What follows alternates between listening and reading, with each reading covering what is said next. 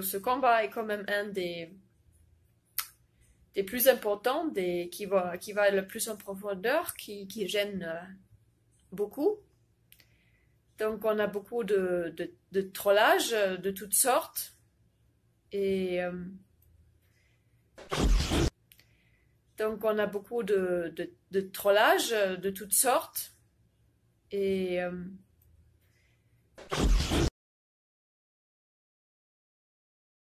bonjour les amis, bonjour les Caracas. Bon, vous voyez pas grand-chose, je suis dans une chambre d'hôtel pourrie. La décision du tribunal suprême de justice du Venezuela est tombée. Ils veulent vraiment extrader Stan. Ça fait un moment que cette décision est tombée, mais j'ai pas pu vous la communiquer par des multiples problèmes dans tous les sens ici.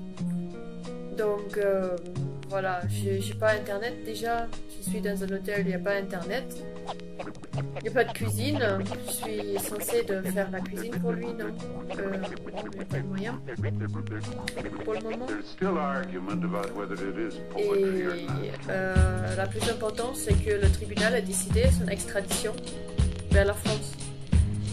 Donc on a viré les avocats traîtres, comme je vous avais dit la dernière fois, il y avait 2 avocats traîtres qui travaillaient gratuitement. Ça se fait couramment, n'est-ce pas? Donc voilà. Et puis on a engagé un autre du courant révolutionnaire maintenant, et pour faire le recours. Donc on ne sait toujours pas où on en est avec ça, puisqu'il y a un nouveau magistrat qui va être nommé, mais on ne sait toujours pas qui ça va être et dans quelle vitesse ils vont décider quelque chose.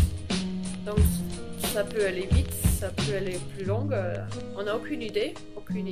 Sinon vous avez certainement bien remarqué que nous avons été bien sabotés, c'est-à-dire la pétition en ligne, toutes vos signatures, plus que 5000 signatures ont disparu, donc par des soi-disant amis.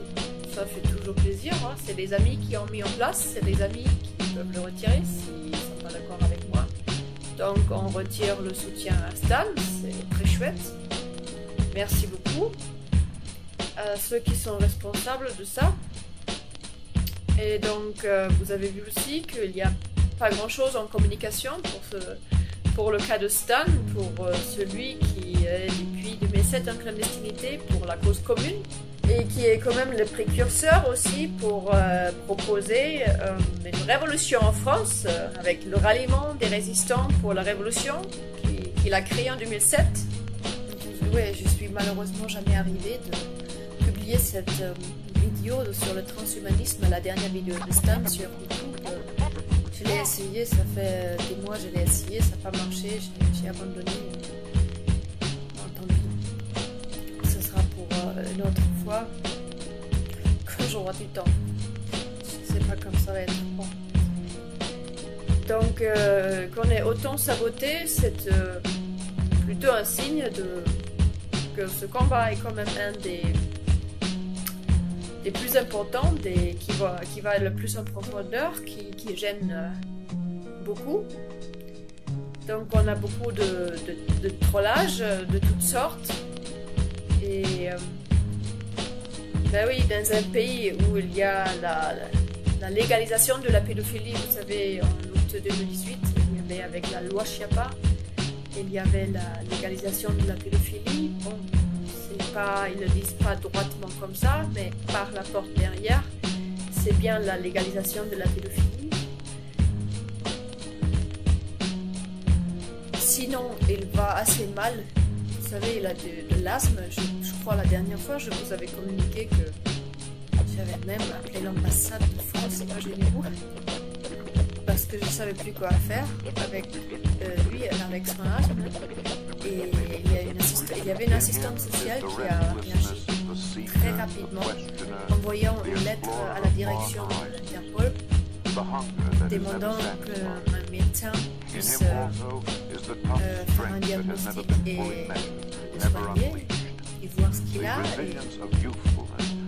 Et bon, ben, on attend toujours, et ça s'arrange pas là. L'air est complètement pourri, il n'arrive pas à respirer. à côté de son asthme, donc il a le nez pris, la gorge pris,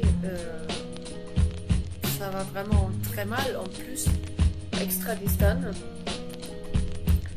Ça fait un moment que cette décision est tombée, mais j'ai pas pu vous la communiquer. Ils veulent vraiment extradistane. Ça fait...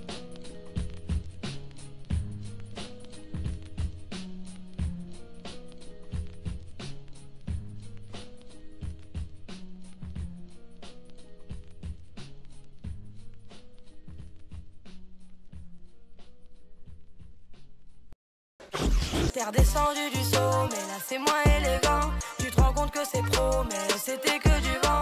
Du coup tu vas l'attendre devant son bâtiment. Le ficha devant ses potes et peut-être casser la porte.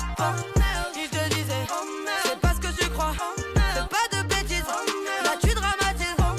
Il te disait, c'est pas ma valise. C'est pas ce que tu crois, mais tu dramatises. Oh merde, tu lui aurais donné ta vie, ouais. Tu t'en foutais de la ravir, ouais. T'aurais pu te mettre le monde à dos pour un mec, mais t'as fini par rayer sa gauve. La question est-ce qu'une personne qui a l'intention, ou même le projet, s'il y avait un projet construit, d'intervenir en crime flagrant pour soustraire des victimes mineures, qui de plus est, au crime sexuel, qui de plus est quelque chose à notion criminelle.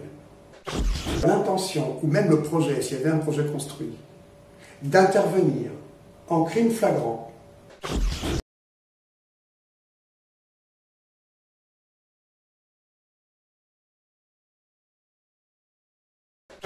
l'intention, ou même le projet, s'il y avait un projet construit, d'intervenir en crime flagrant